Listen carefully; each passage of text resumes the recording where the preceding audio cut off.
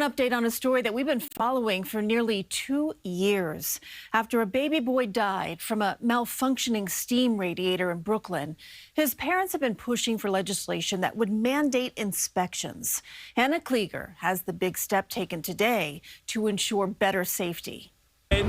Their faces are full of anguish, but also a glimmer of hope. They've been waiting for this day for 20 months. Today, the city council passed a bill named Ben Z's Law in honor of their little boy, Binyomin Zachariah Kuravsky. Another child doesn't have to die for the laws to change. Introduced by Councilwoman Farrell Lewis, the bill passed the council's vote. It will mandate radiator inspections every 2 years in apartments and public areas where a child under 6 lives. The hardest part of this process has been working with the administration, helping them to understand that this has to be a priority. Supporters held a rally on the steps of City Hall. Living in a rent-stabilized apartment like we did does not mean that its maintenance and safety are ever again overlooked. In an interview translated from Spanish, Alexander Pacheco recalls a radiator steam injury that left him with a prosthetic leg, burns covering 70% of his body. He spent almost a year between rehab and the hospital. And almost a decade before Binyomin's death in 2016, the city mourned the Ambrose sisters, who died the same way. Former Mayor Bill de Blasio called it highly unusual. This was a freak accident, a series of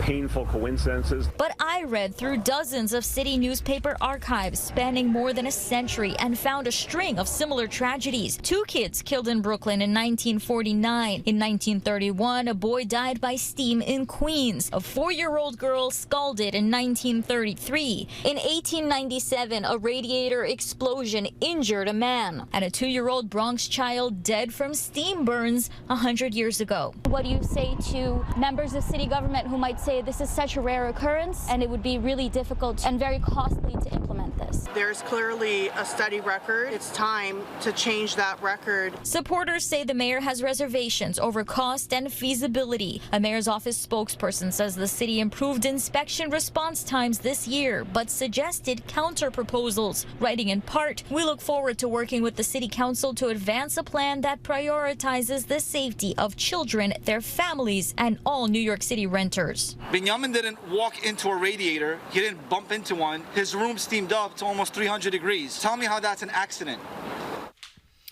Hannah, I remember the story like it was yesterday. What happens to the bill now? Well, the bill passed with a 49-vote supermajority, and it goes to the mayor's office for signature. Now, if he doesn't reply, it will automatically get adopted. But if he vetoes, it will return to the council for another vote. If they manage to get at least 2/3 in favor once again, the bill becomes law. All right, Hannah Kliger, great follow-up there. Thank you. And Hannah is a Brooklyn native, and she covers the borough for us. If you have a story idea, scan that QR code on your screen. You could see your story on our air.